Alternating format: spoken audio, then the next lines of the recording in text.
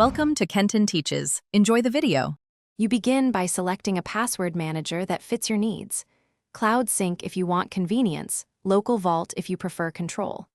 Create a long master password now.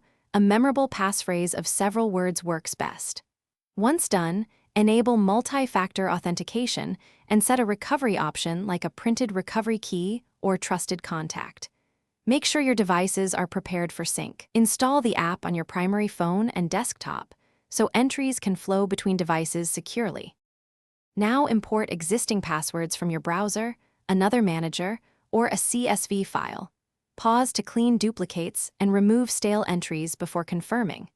You should organize logins into folders or tags and mark critical accounts like email and banking for extra monitoring.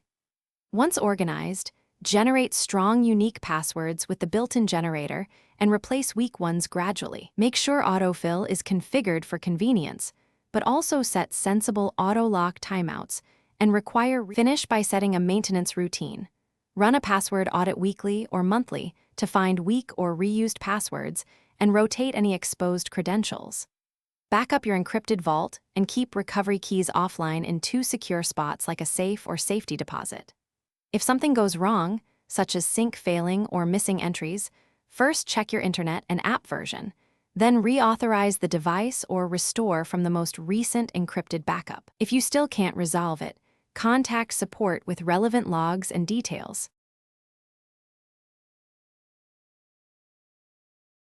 Thanks for watching. Please subscribe if this video was helpful.